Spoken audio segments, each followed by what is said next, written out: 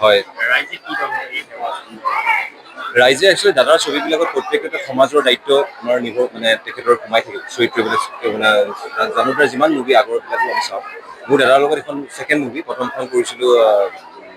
ভগা খিৰিকী এখন হেৰুৱা চন্দ্ৰৰ মানে অৰ্থটো এইটোৱে যে চন্দ্ৰ মানে আমাৰ জীৱনৰ চন্দ্ৰটোৰ কথা কৈছে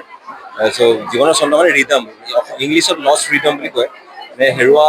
জীৱন মানে মানুহৰ লাইফৰ যিবিলাক ঘটনা ঘটি থাকে আমাৰ সমাজখনত সেই তেখেতৰ সেই সমাজৰ দায়বদ্ধতাৰ ওপৰতে তেওঁ ছবিবিলাক বনায় ত' মোৰ এটা সুন্দৰ চৰিত্ৰত মই কৰিছোঁ আৰু বিশেষকৈ মই বিৰাট সৌভাগ্যৱান যে দাদাৰ লগত মই অভিনয় কৰিব পাৰিলোঁ এইখন ছবিত মোৰ লগত কো-এক্টৰ আছে অমৃতা গগৈ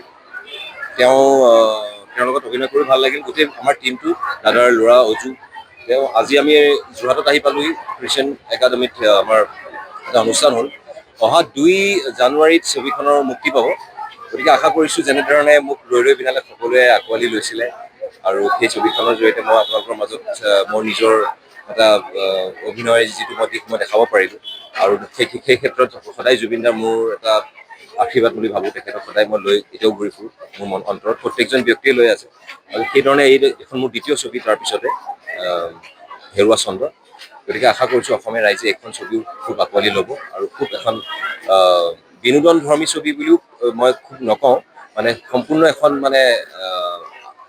বিনোদন ধৰ্মীৰ লগতে এটা মানে বাৰ্তা খুব বেছি আছে ছবিখনৰ জৰিয়তে মানুহে মানে সমাজৰ দায়বদ্ধতাৰ ওপৰত বনোৱা এখন ছবি যেতিয়া মানুহে বহুতখিনি কথা শিকিব বাৰু সেইকাৰণে আমাৰ নতুন প্ৰজন্মৰ ল'ৰা ছোৱালীখিনিকো আমি খুব মানে কৈছোঁ যে তেওঁলোকে ছবিখন চাওক আৰু আমাৰ জীৱনৰ যিটো ছন্দ সেইখিনি আমি লৈ যাব লাগে সুন্দৰভাৱে সেইটোৱে ভাবোঁ ধন্যবাদ চন্দ্ৰখন বহুত দিনৰ মূৰত ছবি এখন কৰিছোঁ এইখন এইটো উদ্দেশ্যে বিশেষকৈ নতুন প্ৰজন্মক উদ্দেশ্যে কৰিছোঁ আৰু মোৰ যিটো ফিল্ম মেকাৰ হিচাপে যিটো সামাজিক দায়বদ্ধতা আছে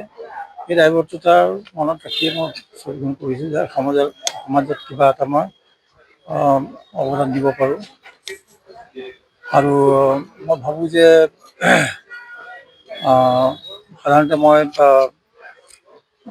মই মোৰ বিশ্লেষণ মতে সমাজবিলাক বহুত এতিয়া নিম্নগামী হৈছে আৰু তাৰ পৰা বহুতবিলাক আমি বিশেষকৈ নতুন প্ৰজন্মই ভুগিছে আৰু নতুন প্ৰজন্মৰ মাজত বহুত নানান ধৰণৰ প্ৰশ্ন জাগে সেই প্ৰশ্নবিলাকৰ উত্তৰ বিচাৰি নাপায় কিন্তু হেৰুৱা চন্দ্ৰত বিচাৰি পাব আৰু হেৰুৱা চন্দ্ৰত এইটোৱে দেখুওৱা হৈছে যেনেকৈ জীৱনৰ ছন্দবিলাক মিলি থাকিলে ভাল লাগে ঠিক তেনেদৰে জীৱনৰ ছন্দবিলাক যদি নিমিলে তেতিয়া বহুত নানান ধৰণৰ জীৱনবিলাক অসুখ হৈ পৰে আৰু সমস্যা হৈ পৰে গতিকে সেই অনুভৱটো যাতে সমাজত বিশ্লেষণ কৰিবলৈ এটা সুযোগ পায় আৰু সেই উদ্দেশ্যে মই ছবিখন কৰিছোঁ আৰু ইয়াৰ পৰা ৰাইজে